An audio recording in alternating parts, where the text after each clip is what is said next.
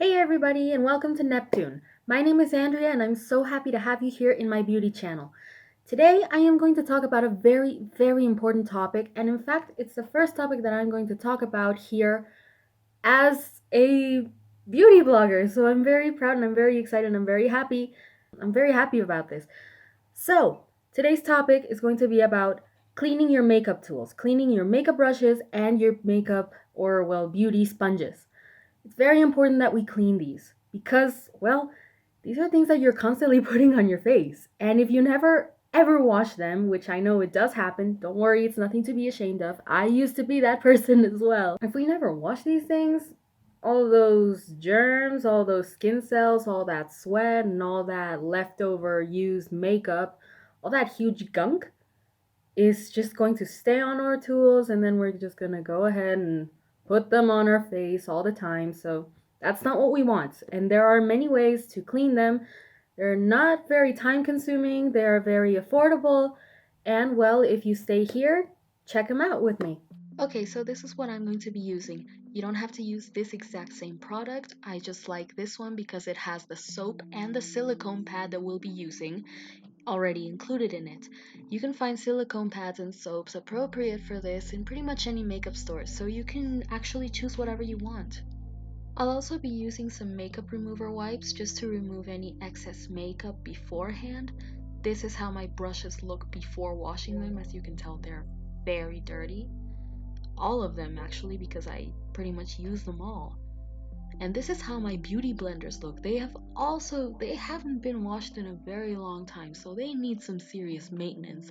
This is the sponge that I use to apply my foundation.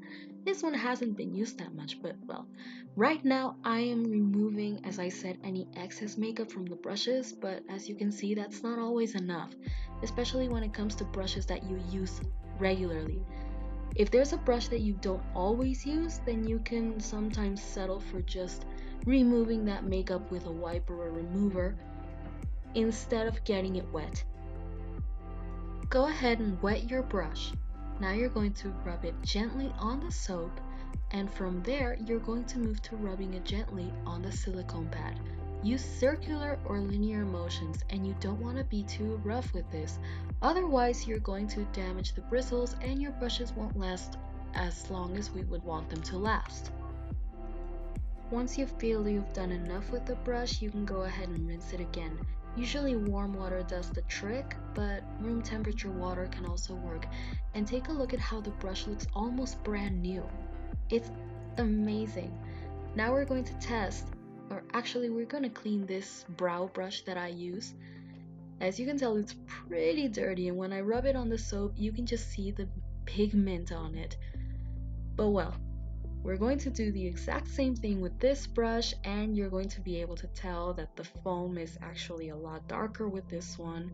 But well, as soon as we rinse it and we clean it off, it also looks pretty much brand new, and it's so great, so satisfactory.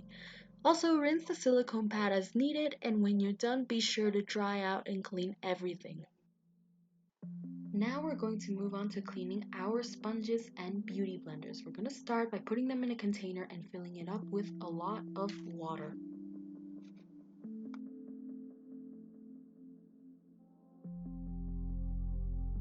The next thing you're going to do is add some baking soda to the water and the sponges. And after this, you're going to use any dish soap you want, preferably one that's not too hard. And then you're just going to mix and squeeze gently. Preferably do not squeeze these too hard. You want to apply force, but you also don't want to apply too much, and also try not to use your nails when you do this. Otherwise, you're going to end up ripping or tearing the sponge, and that's also not what we want. We want to squeeze the sponges so that we can get out the gunk of makeup inside of them. But that's it. I mean, don't be too aggressive with the sponges. This method is going to take a lot more time than cleaning your brushes, so you're going to have to be patient. You're going to have to continuously squeeze and rinse and sometimes even change the water depending on how much makeup is on your sponges. So this is still in progress. You'll be able to tell that these sponges grow about half as much as their size when they get wet. This is completely normal. Actually, I got surprised the first time it happened, and just look at how clean this looks compared to when I first showed it to you. It's not perfect. You're not always going to get all of the makeup out, but that's also normal. I mean, they're not gonna look exactly brand new, but they're also a lot cleaner than they could have been if you had just left them with that gunk of makeup. Take this one for example. It's also not perfectly clean. The makeup isn't exactly out 100%, but it is so much more cleaner and it is disinfected, which is also what we care about because we're trying to care for our skin. Once you're done with that, you're going to lay them out either on a cloth or a paper towel to dry. It's important for you to let these dry for a lot longer time because if you store these wet in your makeup bag, they're going to accumulate bugs, and that's also not what we want. It's normal to use these when they're a little bit damp with makeup, but you don't want them to be completely wet, and you want the soap to be completely or almost completely out of the sponge. There you have it. These are the ways that I consider the best to clean both your makeup brushes and your makeup sponges. If you want a bit more of a deeper look, you can always go into my website, in which I wrote an article about this.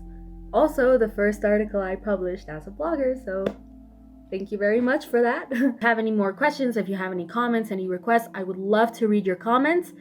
And stay tuned because I will be publishing more videos. Thank you very much. See you later.